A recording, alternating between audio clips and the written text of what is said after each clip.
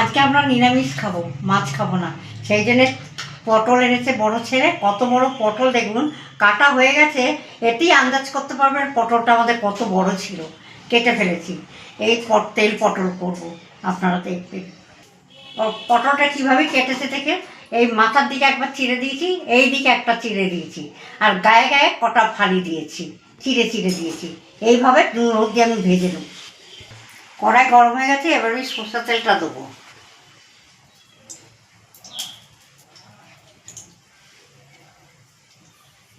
এই তেলের মধ্যেই আমি নুন আর হলুদ একটু দিয়ে দেবো।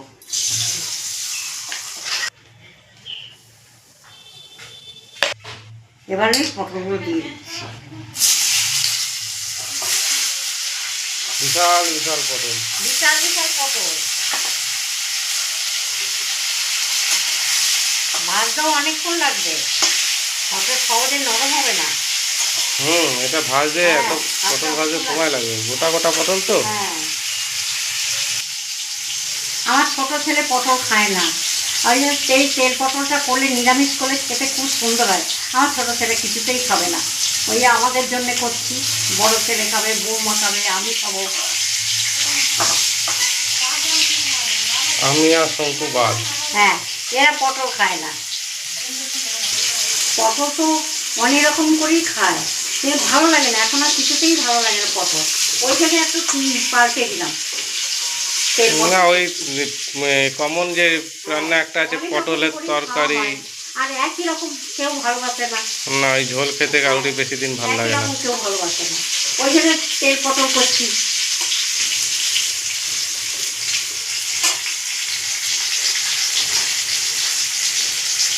ছিঁড়ে দিয়েছ, দাগগুলো কি সুন্দর লাগছে এখন দেখতে। কি সুন্দর লাগছে।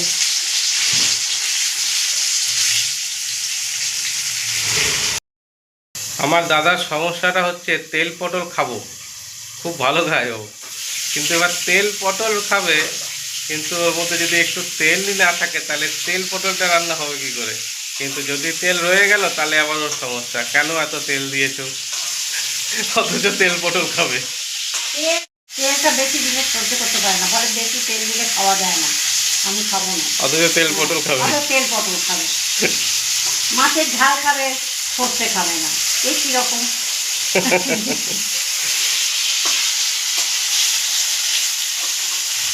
তা খাসির মাংস খেলে আবার গরম মশলা খাবে না ও। গরম মশলা খাবে না, কোনোটাই গরম মশলা দেওয়া যাবে না, ও খাবে না। আর একটু লাল করে ভাজবো, ভাজা না হলে তো সিদ্ধটাও ভালো হবে না।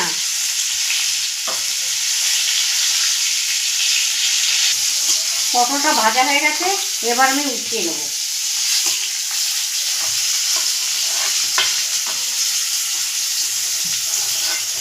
আর দুটো কথা বলছি, এই তেলের মধ্যেই আর একটু তেল দিয়ে দেবো। এই পটল ভাজলেই তেল একদম কালো হয়ে যায়। ফোড়ন দিচ্ছি শুকনো লঙ্কা, জিরে আর তেজপাতা।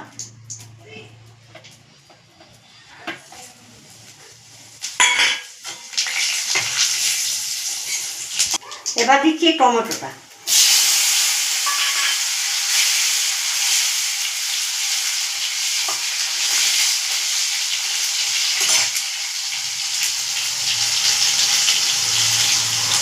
পেস্ট করা আছে, এবার দিচ্ছি আদা, কাঁচা লঙ্কা, জিরে আর টমেটো।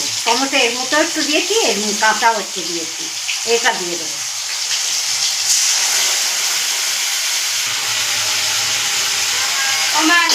এবার আমি তেল পটল খেয়ে দেখবে, এবার আজকে খেয়ে দেখবে কত সুন্দর হবে। আমার বড় ছেলে তেল আর মশলা একদমই পছন্দ করে না, কিন্তু করে না একদিক দিয়ে কি, কম খায় ভালো, কম না খেলে কোলেস্ট্রল ব্যাপার এসে যায়, ওই ভয় তো খায় না। সন্তা চলে এসছে মায়ের সাথে। মশলা করছে এখন, হাসি করছে। হ্যাঁ, আর হাতে মোবাইল, মোবাইলটা ছাড়ছে না, মোবাইল ছাড়বে না ও। বৌদি, তুমি ওকে নিয়ে ওইদিকে যাও, রান্না এখানে এখন ওর তাহলে হাসি উঠবে। ভাত খাবে? হ্যাঁ, ওই কিরে তাকাবেই না কোথাও।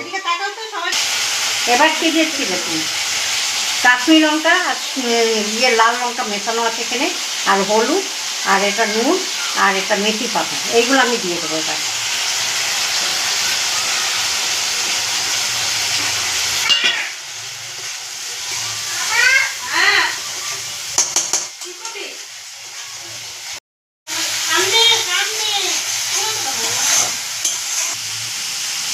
মশলা কষতে কষতে আমি একটু জল দিয়ে দেবো।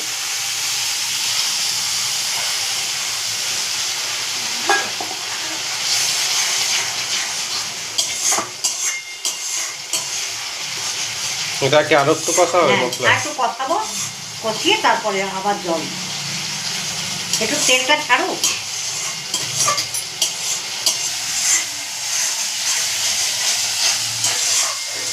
হয়ে গেছে তো বাপ, কষাবো না? আর কষাবো না, তেল ছেড়ে গেছে, আমি এবার জল দিই। জল বেশি জল দেবো না। এটা তো মাখা মাখাই হবে। হ্যাঁ, মাখা মাখা হবে, এইটুকু।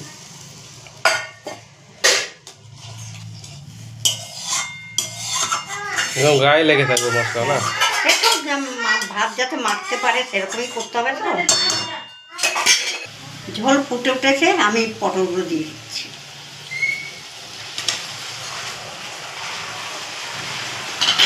ঝোলটাকে তো আবার শুকাতেও হবে। হ্যাঁ, ওটা শুকাতে হবে তো, একটু সিদ্ধ, বড় বড় পটল তো সিদ্ধ হতে সময় লাগে একটু, তাহলে ভিতরে কাঁচা থেকে যায়। অল্প একটু মিষ্টি দিয়ে দেবো, স্বাদের ব্যাপার আছে। পেঁয়াজ রসুন দিয়ে তো তেল পটল খায়, ভালোই লাগে, খারাপ লাগে না। একটু নিরামিষও তখন ভালো লাগে, কোনো কোনো সময় নিরামিষটাই করতে হয়, সেই জন্য আমি আজকে নিরামিষ করলাম।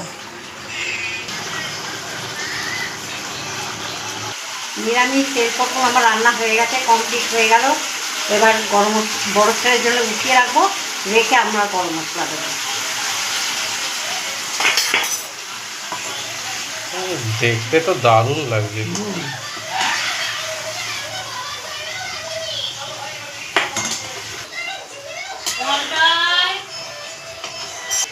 এবারে গরম মশলাটা দিয়ে দিচ্ছি।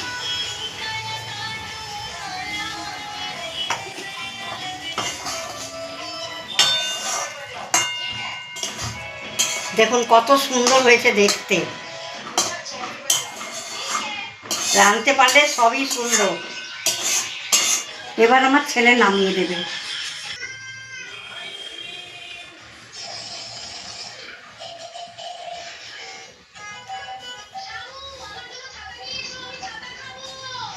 মা যে নিরামিষ পটলটা রান্না করেছে খুব সুন্দর লাগছে দেখতে, মানে দেখতে খুব সুন্দর হয়েছে, মানে খেতেও খুব সুন্দর হবে।